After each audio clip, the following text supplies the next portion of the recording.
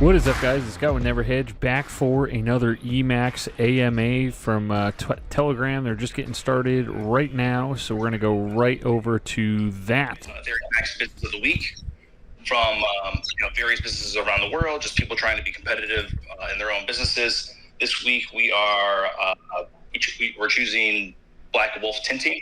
They have over 23 years experience. They're located in Southern Florida, and they focus on tinting windows for automotive, cars, commercial, residential, safety, security, marine, RV, heavy equipment, and more. So you'll be seeing a post coming from us within the next week or 10 days, where we'll be posting a lot of their information, such as their contact information and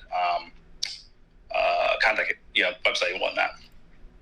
So now we'll get more into a lot of the conversational aspect.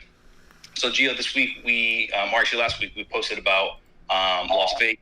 We've been getting a ton of inquiries, requests about what it entails. I know we can't give that much info, but if you want to expand upon that further as best as you can. Yeah, no, I know we're very excited to tell everybody about the Vegas events, plural. But we're just not quite. We want to launch this, and we want to roll this out in a way that really, I think, kind of maximizes its impact. And I think everyone will see why when we really start kind of rolling out, the different partnerships and different events that we will be putting on. I mean, Vegas has always been a huge, I think, market that we've wanted to focus on from an entertainment perspective, and just kind of everything it stands for. I mean, it is the Sin City. And just from a nightlife kind of sporting event. I mean, kind of all around the different spheres of industry there. We think we're going to have a very prominent place across the board. So I think everybody should be very excited about that.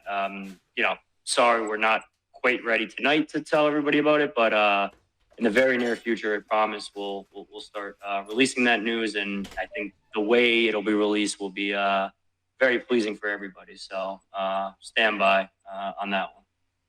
Yeah, I mean, I can say I'm personally super excited about it. I mean, my head's been spinning with how many calls we've been on with some of the upcoming opportunities and events. I mean, it sounds like I've been partying in Vegas for the last week, but really I've just been on back-to-back calls and meetings. But yeah, a lot of exciting stuff, which is a good segue to talk about our recent meetings in Miami. So last week, if you joined our AMA, you found out that I was in Miami with Gio, meeting with a bunch of guys, a bunch of how do I dance around this? A bunch of entities, locations, things of that nature. Really, really exciting stuff. The conversations are continuing to progress in a very positive light.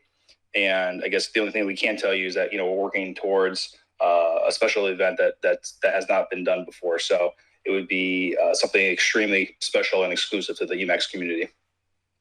Well, Steve, let's not undersell it. I mean, it's a series of events. I think all around the country. So this relationship's special. We've spent a lot of time, with these guys, really, over the last month or so. There's a lot of planning, logistics, and other things that get involved with something of this capacity. So I think yet again, I know we love to tease here, but promise those details will be out when the time is right. And I think it's just something to show what Emax is becoming as kind of a frontier in the space in the industries that we're looking to kind of be leaders from an overall brand and overall just change of how people look at crypto in conjunction with the type of spaces that we've operated in, and teased of having a hand in being able to lead the future in this space. So I think without giving everything away, we'll leave it at that. But very exciting stuff. Yeah, for sure. So something that continues to come up just in terms of, I would say a general question or generic question is that, we were, in the Telegram chat, especially, you'll hear the phrase dollar cost averaging, things such as like fixture positions, things of that nature. And, I think a lot of the community members may just assume that other community members know what that means exactly. So, Gio, let's not make any assumptions. If you wouldn't mind, if you could provide some clarity about, what exactly do the phrases, dollar cost averaging or fixture positions actually, mean as it relates to cryptocurrency. Fixture position, definitely one of my favorite phrases I hear in this Telegram. Fixture position, double your position. I hear it all. But yeah, I mean, look, dollar cost averaging. We've talked about it a lot. It's a very old investing principle. It's something that it doesn't just relate to cryptocurrency. It relates to really any type of investing. And I think it's no secret that a lot of holders have come in. When Emax was really toward its high, prior to some of the things that happened with the big market correction and with some of the kind of early holders and other stuff that happened that kind of brought us down a little bit. And I think the common investing principle is simply if you're able to buy at a price that is some fraction of the original cost, you're able to get some multiple of your original coins, for really, what could be a half, a quarter, a tenth of your original investment. So, I think just being able to buy at different times in the life cycle of any sort of project, where in some cases the price is very low up front and kind of runs up, and in some cases you're buying high. I think for those holders who have bought toward the high and are now and have been over the last few weeks buying as the price came down and is now starting to make a rebound, I think you'll see the power of that dollar cost averaging and getting back to kind of neutral ground. So again, not necessarily a crypto principle, but it definitely applies here, and especially to a situation like with Emax, where the price was very high, came down, and we know there's a ton in the pipeline, and as we really are able to kind of roll out some of these items, that we're working on from an infrastructure and in the roadmap, I think people will be very, very, very pleased. But again, not investment guidance, just the man's thoughts. Yeah, we spoke about this last week briefly too, and just from the most simplistic terms, buying something, let's say high at $10, then let's say you buy something low at $5, which would be 50%. Your average cost would then be $7.50. Pretty simple. Cool. Let's get into some of the tech topics. So as we announced last week, Emax is proud that we got our CertiK certification, which was super exciting. So something that did not come with that by default was a score. So we wanted to address that and to explain a little further. So what we got was we passed a security audit. So the way that to view it is a pass fail, and this is a super important step in terms of getting on exchanges, having conversations with investors. So we're extremely excited about the pass fail, because obviously it proved that our code was secure and just safe to interact with.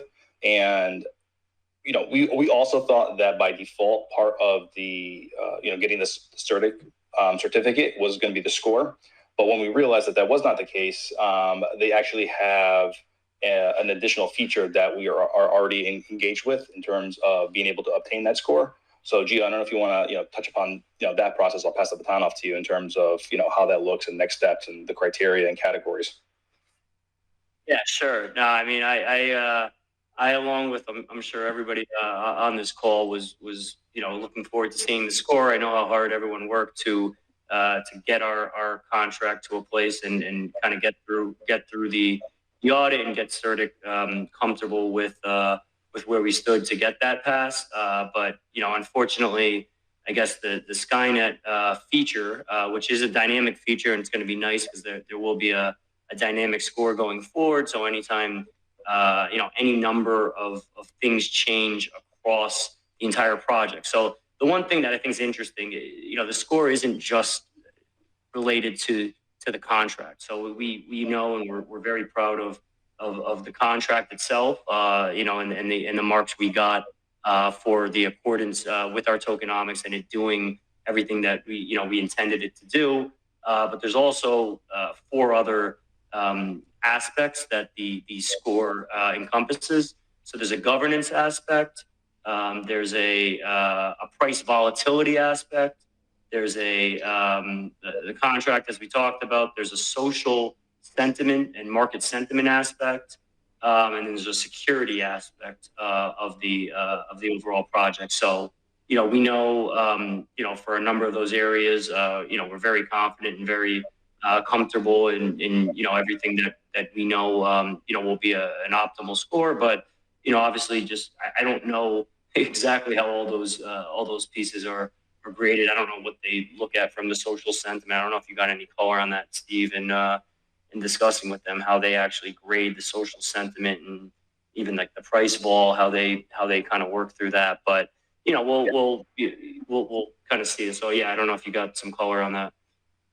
Just from my understanding from the call, that they just essentially crawl some of our social media platforms and almost call it like social listening, just in terms of trying to get a genuine sense of how how our community is. And we have a kick-ass community, so we're not worried about that particular that particular grade. But yeah, it's I think there's 6 in total, six categories in total that come together in terms of providing the score. And what, just so everyone knows, what Gio meant by dynamic in the sense of the score is that it's a living, breathing score, meaning that like if we change the code, if something happens with volatility, something happens with social sentiment, it starts to move up and down in a range. So it's great that we are in talks with them, and when we do have this, it'll be a live score that's in real time. The other nice thing about that is, we've talked about making, other tweaks to the tokenomics to, potentially further optimize the reflection in some way, or to do other little features that we think are going to benefit, the overall contract of the community in some way, or the overall tokenomic of the project. And as those updates are made, then, because of the Skynet feature, then it'll just automatically be re-audited, from my understanding. So I think that'll be nice that we can make those tweaks, as small or as large as they are, and it'll just be an auto kind of recertification of the contract. So that's a really good thing.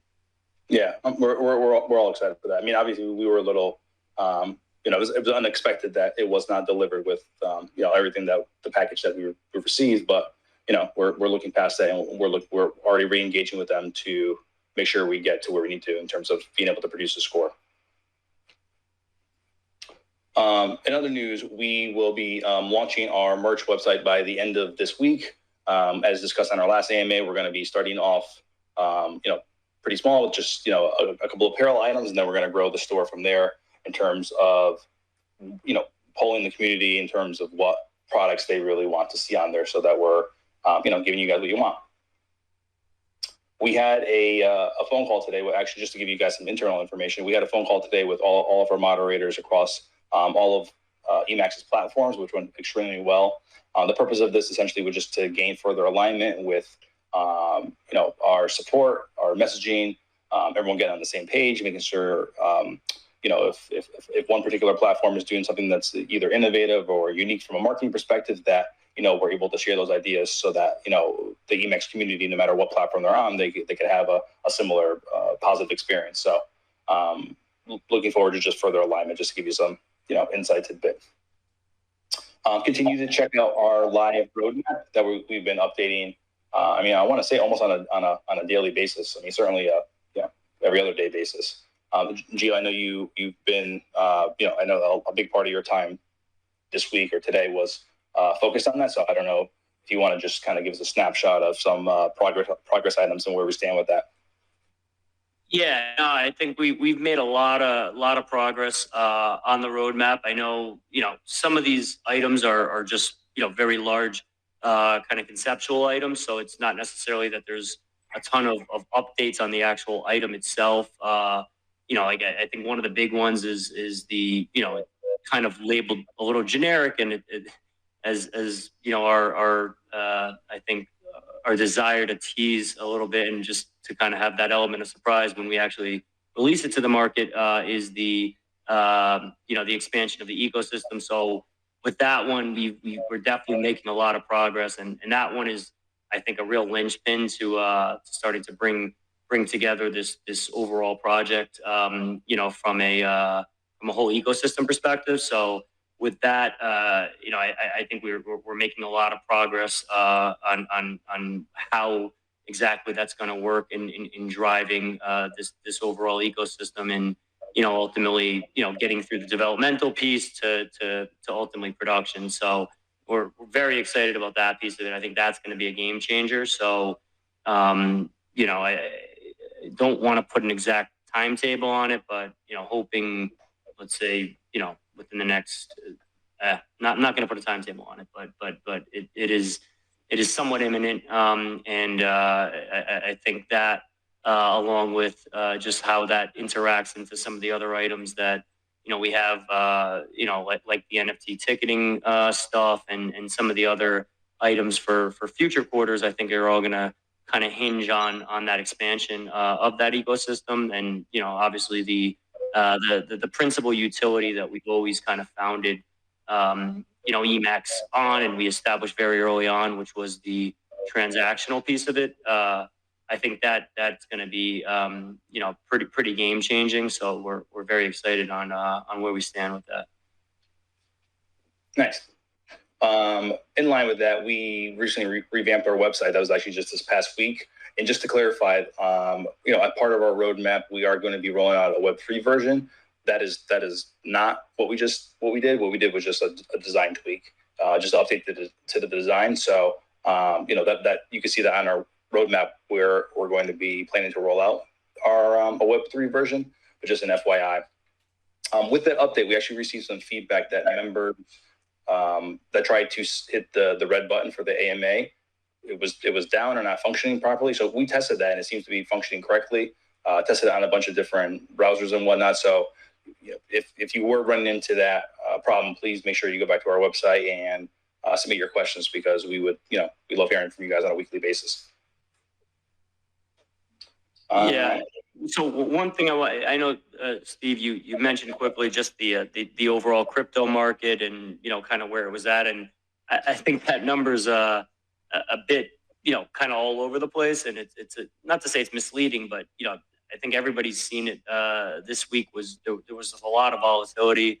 For the most part, Ethereum was up, pretty steadily all week, but I think there was a lot of volatility on a day-to-day basis, and I think we saw a lot of that, just trade to trade, and what was going on in Emax. I saw several times this week where there were buys of Emax that actually resulted in some pretty material decreases in the Emax price, and again, just further underlying the or just showing how that Ethereum price really is such a large price driver of Emax.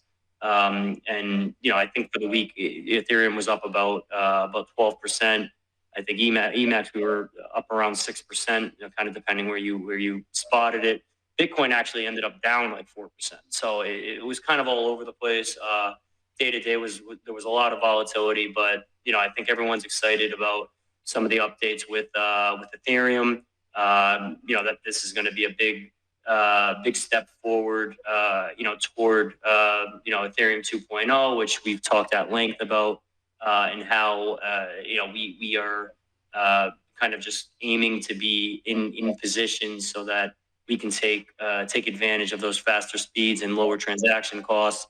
So I think Ethereum, it's really very, very exciting. Kind of I think where where the overall Ethereum project and ecosystem is going, and just kind of thinking of some of the possibilities of how that's going to drive the overall market, and specifically, most importantly, how Emax is well positioned to take advantage of all that stuff. I think is pretty exciting to see. Yeah, so we actually have an audio question that's submitted that is probably in line with what we just mentioned, Gio. So we'll do, I don't know, maybe like 3 or 4 of these, but community, if you want to start typing in your messages into the Telegram chat, we'll slow that down, and we'll open it up for questions, and we'll take some of those to make it interactive this evening. So let's take our first question from Shane. What's up, Emax family? My name is Shane Phillips. I'm from Brooksville, Florida. My AMA question of the week is, when Emax gets sold and bought, does it increase the price of Emax? How long will it take to show up in the market, like CoinMarketCap and DEX tools? You read my mind. So we've talked about this a lot in the last week and change, and I think it's just come a lot more into scope just because of the volatility in the overall Ethereum market, and I think everybody is kind of getting a lot more well versed on the fact that the Ethereum price has such a large impact on all of the coins within ERC20 chain.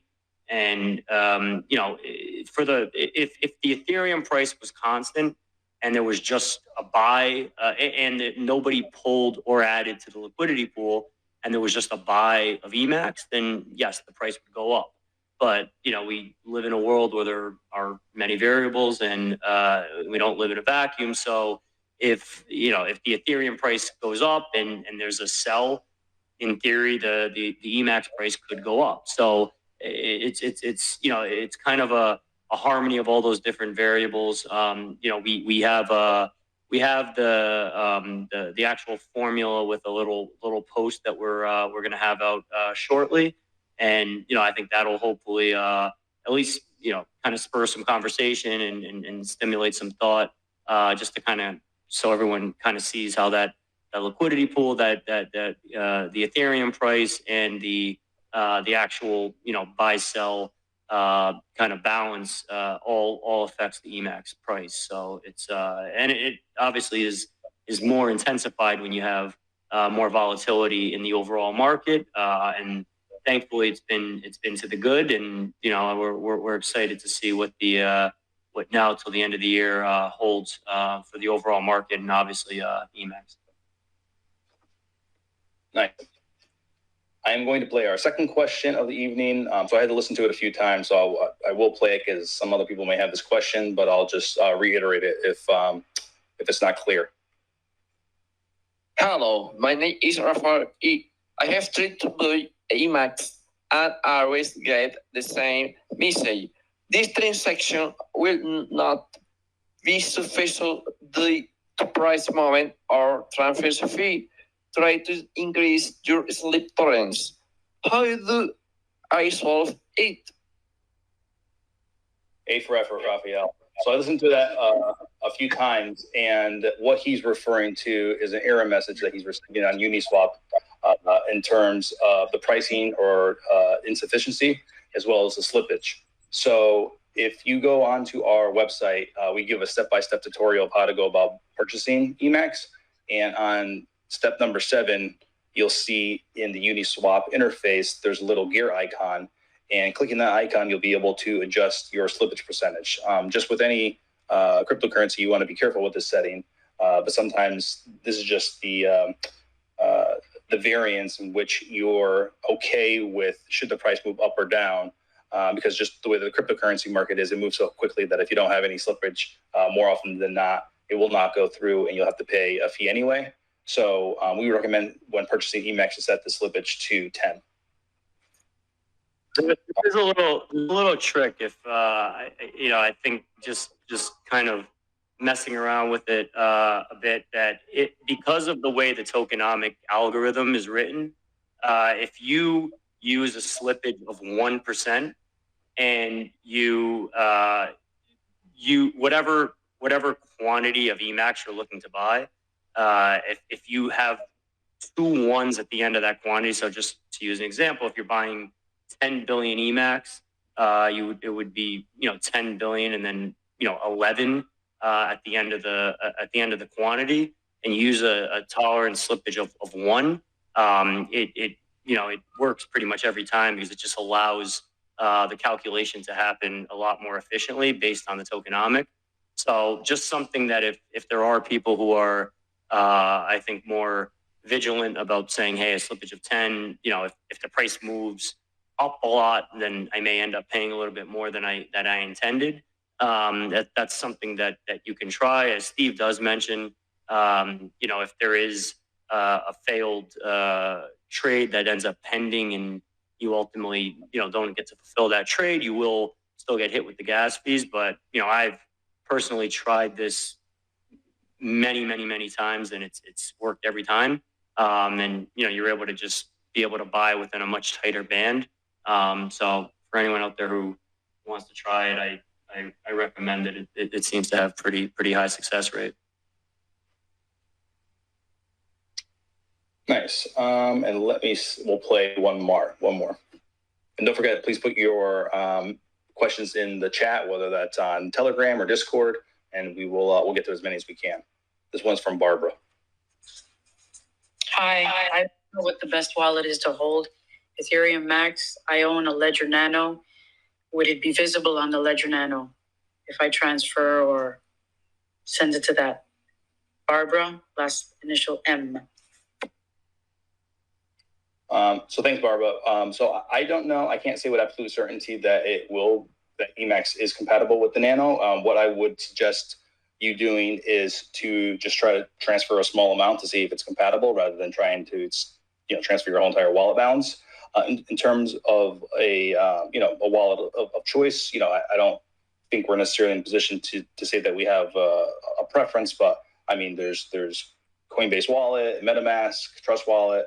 Those are some of definitely the core ones in terms of what I'm familiar with. Gio, I don't know if you have anything to add to that. As far as the ledger, yeah, I mean, all of my I keep everything on an online ledger, so I'm not 100% sure on those. Yeah, what we did announce 2 weeks ago was that Emax is on the Kivo cold storage wallet, so we do know that is compatible, and we posted that on our socials as well. But again, I would just try sending a small amount to see if it works. All right, Gio, let's look into the chat to see what we have here for some questions. Yes, I see some questions on the London fork. Mentioned that earlier. I think that's a really big step for Ethereum. I don't think there's a lot that we need to do, other than I think the expectation is that should be a very positive for Ethereum. So I think it should be a positive for us. But I think just continuing to educate, spread awareness of what we're doing as a project. I think those are the best things to do, especially as you're in a bull market. I think those are it's an exciting time to get involved.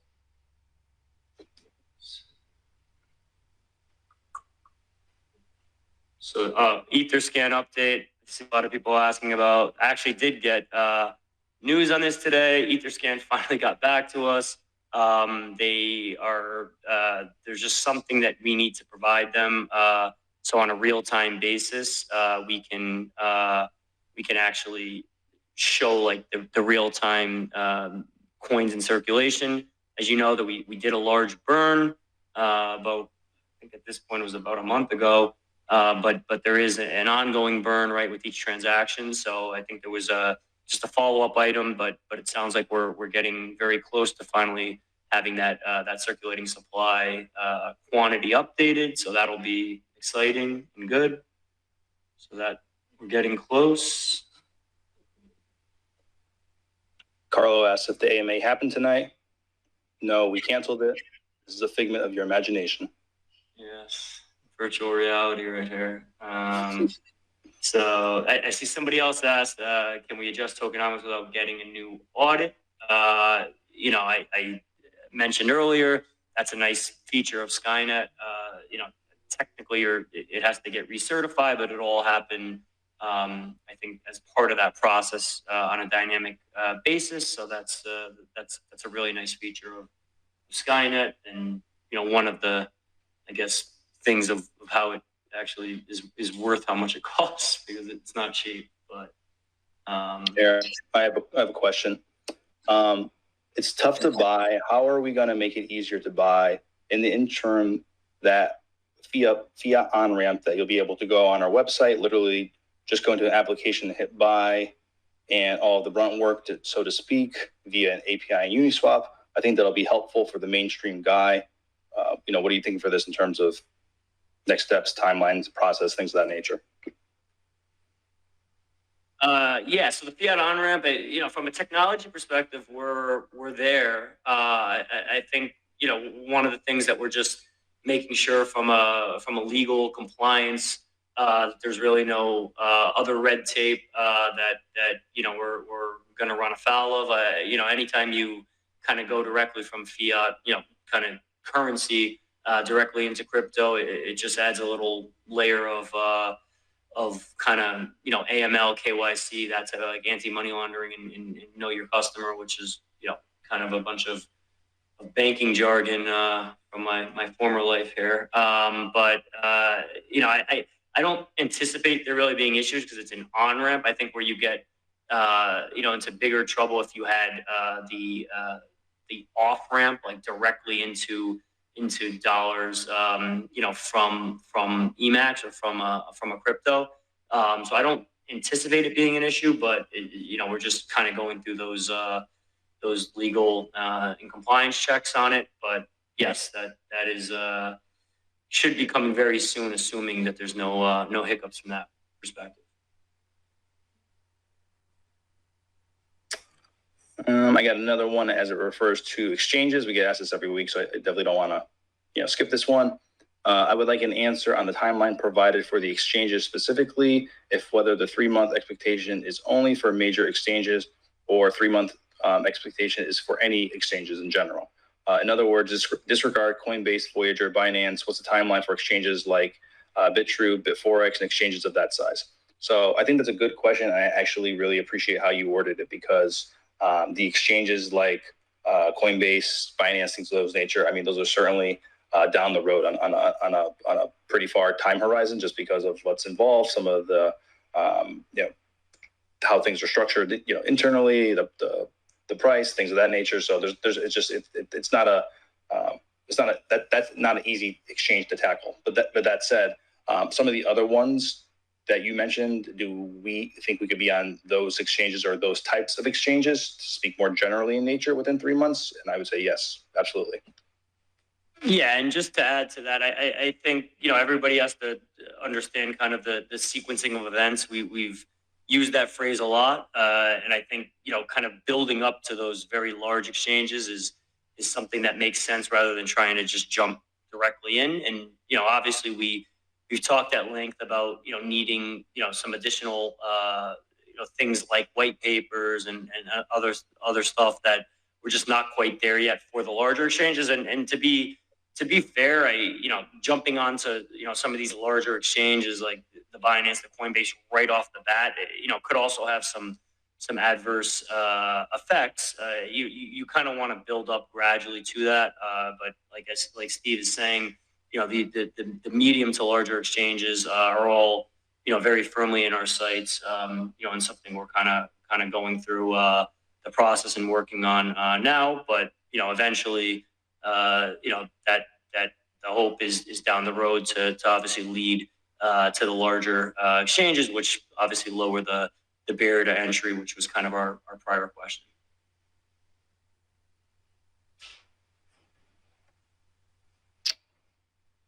Let's see what else we got. I don't know where it went. I saw someone asking about selling an Emax card on our future NFT marketplace. I somehow clicked out of that, but that's certainly a cool idea. Definitely, you know, messaged me about that, but we're that's, again, as you can see from our roadmap, that's something that's in the works. So I mean, that's a whole AMA by itself. What we have planned for the NFT marketplace and ticketing and whatnot. And I also see a question just asking about the burn itself. Does, when Etherscan updates the circulating supply, is that an automatic just, you know, increase in the price? So it isn't an immediate automatic impact. However, you know, just another kind of general economic principle, right, is just the principle of supply and demand. So as that supply, you know, it continues to decrease with our burn, right, on a transactional level, and you know, if there ever was an additional burn in the future or whatever, you know, if all coins right now were in demand and that supply was decreased, then obviously there's going to be a price increase as demand, you know, even if it stays constant and supply continues to decrease, then you know the price can and will increase. So it really comes down to how, like, where, like, that intersection of that supply meeting demand, and you know, as that supply comes down, then of course that will have positive price impact. So it's not an immediate thing, but it's something that you know, we should see you know, positive price impact over time. Nice. This one I want to just call out just because it was business of the week. I think it was nice. How close is the payment processing tech, and will I be able to add that to my website anytime soon? I just got named business of the week. Congratulations. I will be adding the Emax logo ASAP, but curious about accept it, and other than the wallet to wallet transfer. So yeah, currently it's the wallet to wallet transfer, as we've been pretty transparent about, but part of this process, you will eventually have an API, a connection that you will be able to accept it on your website. Just, you know, that's a pretty significant part of our roadmap and our vision. So, you know, it's pretty difficult for us to answer that directly in terms of timelines. I could just tell you that our team's working on it literally on a daily basis, but please continue to ask. We don't mind, you know, managing that question. Yeah, and I want to apologize to Miles Nichols. I cut off the end of his question where he was asking before about adjusting the tokenomics without getting a new audit. The second part of it is, you know, if it would be beneficial to reduce the 6% redistribution. You know, I think Justin has mentioned that a few times on prior AMAs, that we have been thinking about, you know, potential ways to optimize tokenomics even further than we currently have. We did mention that the 6.3 tokenomic was potentially here just, you know, for you know, for not permanently. But you know, we're continuously looking at that 6% reflection and figuring out, you know, is there a better way to take maybe a little piece of that 6% and redistribute that within the ecosystem some way that will, you know, potentially derive more value for the entire project and you know, for the overall price. So that's something we're continuing to look at, and that's why, you know, as I mentioned a few times, the fact that Skynet will continue to do a dynamic kind of look and recertification on the contract itself can be very beneficial for us.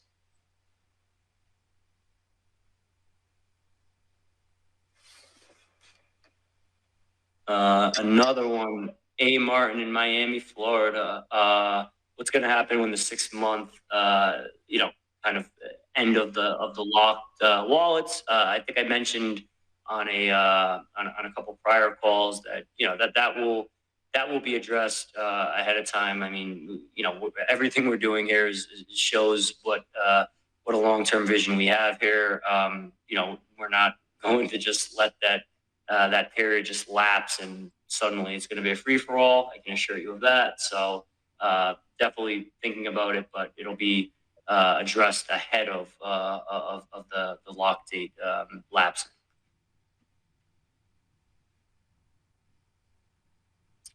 Floyd Mayweather versus Logan Paul fight poster in the EthereumMax shop would be a pretty cool addition. Yes, it would.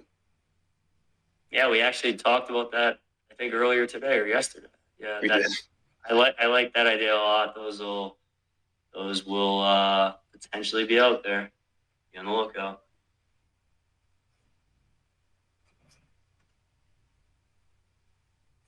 Somebody says, how does Emax survive during the bear market? Well, obviously, we saw a pretty bad stretch from the time we launched as a project, really till up until the last couple weeks or so, where again, everybody, just to kind of take a trip down memory lane, right? Just 11 weeks ago, when we launched, Ethereum was 4,200 a coin. And that was kind of down from around 4,500 or so at the high. And, Ethereum dropped as low as 1,700 a coin or 1,600 a coin. And even like the fifth day of our existence, Ethereum over a 3-day stretch was down almost 60%. So, we've dealt with that issue, and we're very hopeful with a lot of the updates and a lot of the work that Ethereum has done, and just some of the good news that's come out of just overall adoption in the crypto space as a whole, especially the stuff with Amazon and different things that kind of been announced in relation to Bitcoin.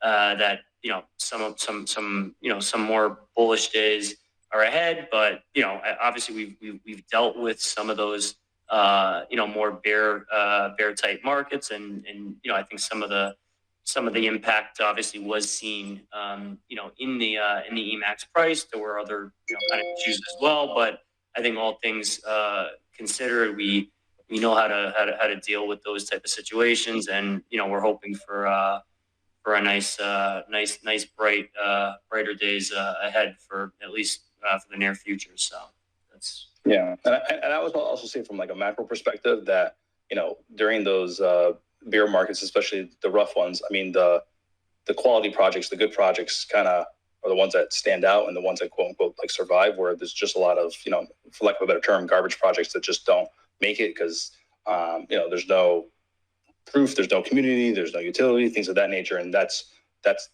what we've been working on 24/7, 365.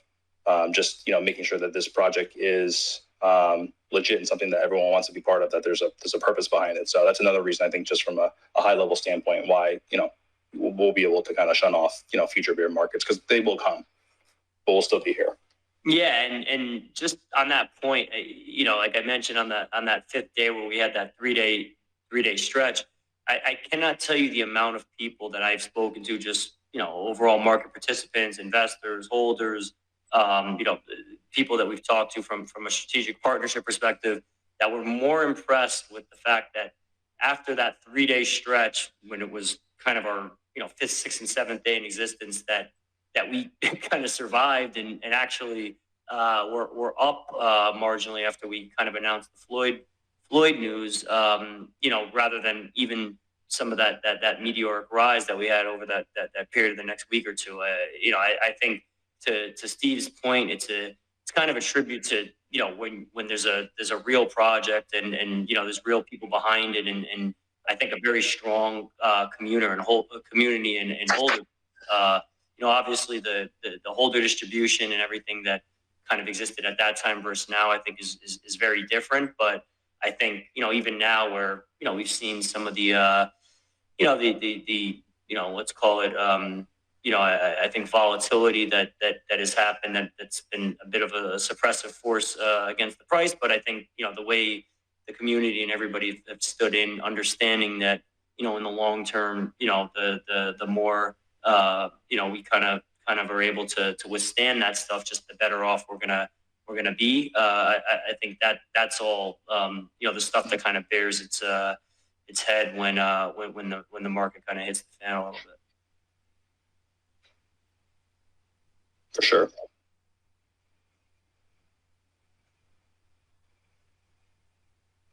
Are you going to be listed on KuCoin? Trying, but to be honest with you, probably not anytime soon.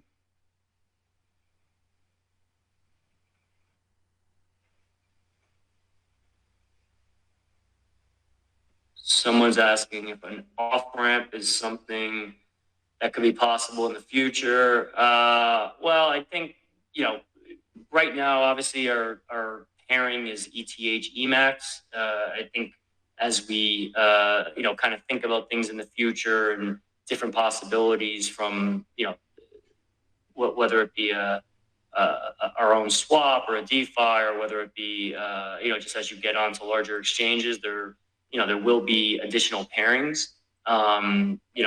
So not just an ETH Emax pairing. You may have a stable coin pairing with Emax and things that, would be more akin to being able to go just from more traditional kind of cash and into Emax and vice versa. So those are things that we're hopeful for in the future as we expand and have more exchanges and more ways to get in and out of Emax.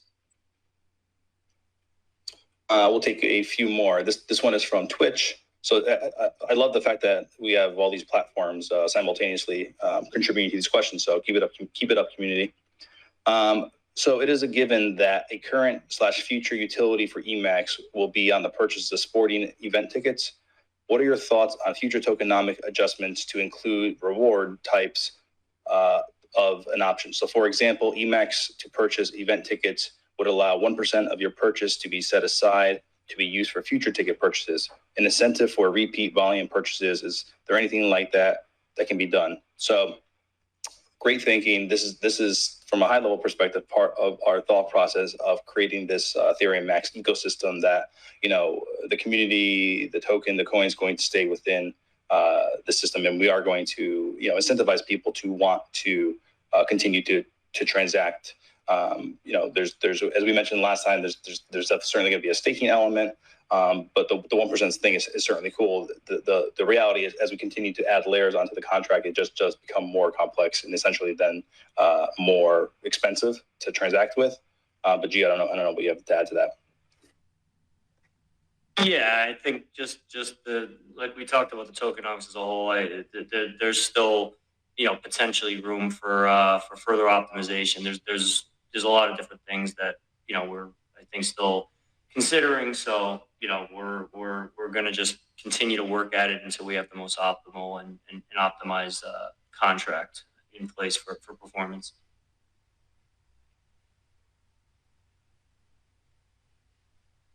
So I see Gotti's asking, what can the Emax community do to help provide synergy and efficiency to the overall project? So, I think we talked about it a few times over the last week or so. I mean, I love how vocal and how much the community has been reaching out and asking how they can help. And, that's why we call ourselves the culture token, right? It's a whole community, and we're only, I think the whole project's only as good as the community that forms kind of the base and the building blocks for us to kind of reach the potential we know it can become.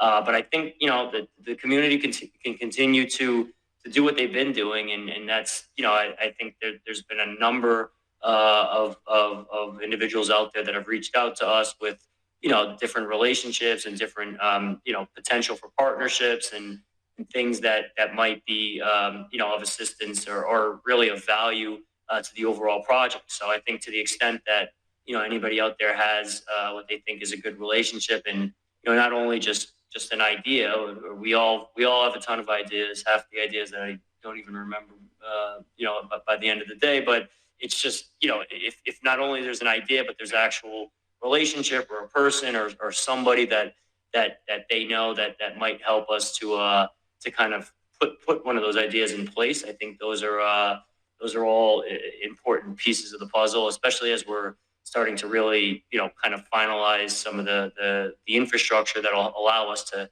scale our utilities.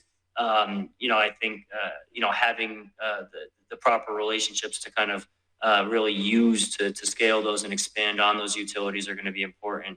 So community, just keep them coming. If you do have relationships or have ideas out there that you might help us to put in place, we're all ears. I got one with Miss Geico and Emax for the win in the boat race. Will Emax be part of the race team for more races? They are, an awesome crew to work with, an awesome team, super communicative, passionate group of people that are just, fun to work with. So I think we're definitely, open to continuing those conversations. But they're, we like being with winners, and they're certainly the top of their industry. So Miss Geico and crew is a great set of people. They do speedboat racing, powerboat racing, so all over the world. So if you have not checked them out, please do. Emphatic, Steve. Huh? So that was pretty emphatic. I like it. We do two more, Steve. What do we got? Yeah, let's do two more. So I hear Koopa Army says Steve, Gio, and Emax team are the GOATs. Yep, I agree with that. We can still do two more. It's a brilliant question. What else? White paper update. I don't think we talked white paper. We talked about the larger exchanges from Emaximus. The white paper update is, we continue to make progress on the actual items on the roadmap. Again, some of these are, they're pretty big, large kind of conceptual items that are really going to have a lot of, I think that there's going to be a lot of, potential consequences in good and bad, directions, depending on the route we go today. So, a lot of these decisions are pretty big, and I think we're really rounding into form from a conceptual perspective, and starting to really put the finishing touches from a developmental perspective on how to actually effectuate some of this stuff. But until that's fully vetted and really kind of tested, and we have those models all in place, and have the technical data and everything behind those projections and everything else that would go into a more kind of formalized paper. It's still a little bit out there, but something that once we're going to also have documentation around each of the solutions that are on the roadmap. And then once you have all that stuff, the white paper itself is not really hard to write. It's just a matter of having all that data within it. We don't want to produce a white paper and then have to kind of replace it and things like that. I know we also talked, I think Justin mentioned kind of the concept of a light paper, which is really more kind of solution centric, or, say it's on the payment ecosystem. That in and of itself would have its own kind of documentation right up around it, which would be more deemed as a light paper than a white paper, because a white paper is a little bit more all comprehensive.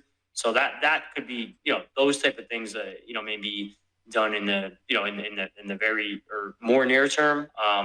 Whereas the white paper, you kind of have to have everything done before you kind of finalize that. So may just take a little bit more, but obviously all the items to drive it are being worked on, and we're making progress every day. Yeah, that's not like a promotional piece of paper. I mean, it's a lot of data, mathematics. I mean, it's something that we don't want to change that on a weekly basis. Yeah, and just to add to Dylan's comment here, where he said he's seen white papers on crap coins, it's irrelevant. To be kind of it's kind of contradictory, right? Because I think the simpler, or the less complex the ultimate I think goal of a project, the easier it is to write a white paper, right? If you're just kind of a meme coin out there that don't really have much of a utility, and you're not trying to do something to kind of disrupt history, which is really what we're doing here, then yeah, sure, we can get a white paper done very, very, very quickly. There's not really a lot of technical models and data and projections and things like that have to kind of be built out, and there's not kind of unique parts of that ecosystem that are gonna interact with each other and all that type of stuff. So believe me, I get I think Steve, myself, all the guys, across the team, we get asked all the time about the white paper.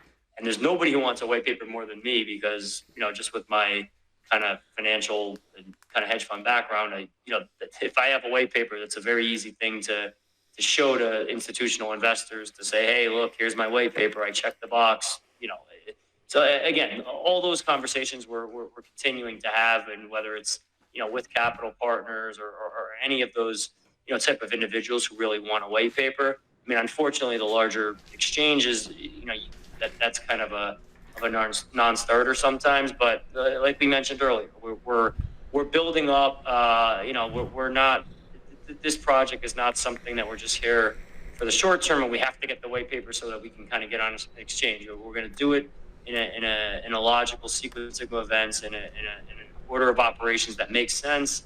And when the white paper's out, that'll be at a time where I think we'll be a lot more equipped to be listed on one of these larger exchanges and kind of get in some real material money from capital partners and things like that. So I think it'll, for us in this project, all happen when the time is right, and I think the next steps will all make sense with that documentation in hand. Knight Rider says, recruit a few Olympic medalists from around the world to promote Emax on their neck of the woods. In their neck of the woods. I love that idea. If any of you guys know some Olympic medalists out there, let's give them my kudos. But yeah, we would love to have them involved with Emax. Let's do one more, Gio. You pick. Dealer's choice. Dealer's choice.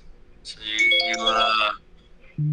you have a 5 showing, and I have an ace and an 8, and I'm just figuring out whether I'm going to double or stay on my 19. But I'm a gambling guy, so I'll double. Well, if you're the dealer, you got to stay. I know, but if I'm the player, then even though you said dealer's choice, I'm still the player at the table here. But anyway, so I'd say I think one interesting thing that I think we saw a lot this week, a lot of kind of buzz around, and I see a few people have mentioned it here in the chat. It's with regards to the Philip Klein, that whole promotion and with him accepting 15 cryptocurrencies. So I think just as it relates to that, we were actually kind of back and forth with those guys a little bit, and we were kind of having some fun with them, and we have a couple contacts that are that have his ear, and we were kind of going back and forth, but I think just that as a whole just shows the type of adoption that crypto is getting. And I think some of the Okay, guys, so that is just about going to do it for this one. We got another Emax Telegram Q&A in the books. As always, guys, please make sure you're subscribed to the channel for more updates on Emax as well as other stocks and tokens we like. And I thank you guys so much for watching this far, and I'll see you in the next video.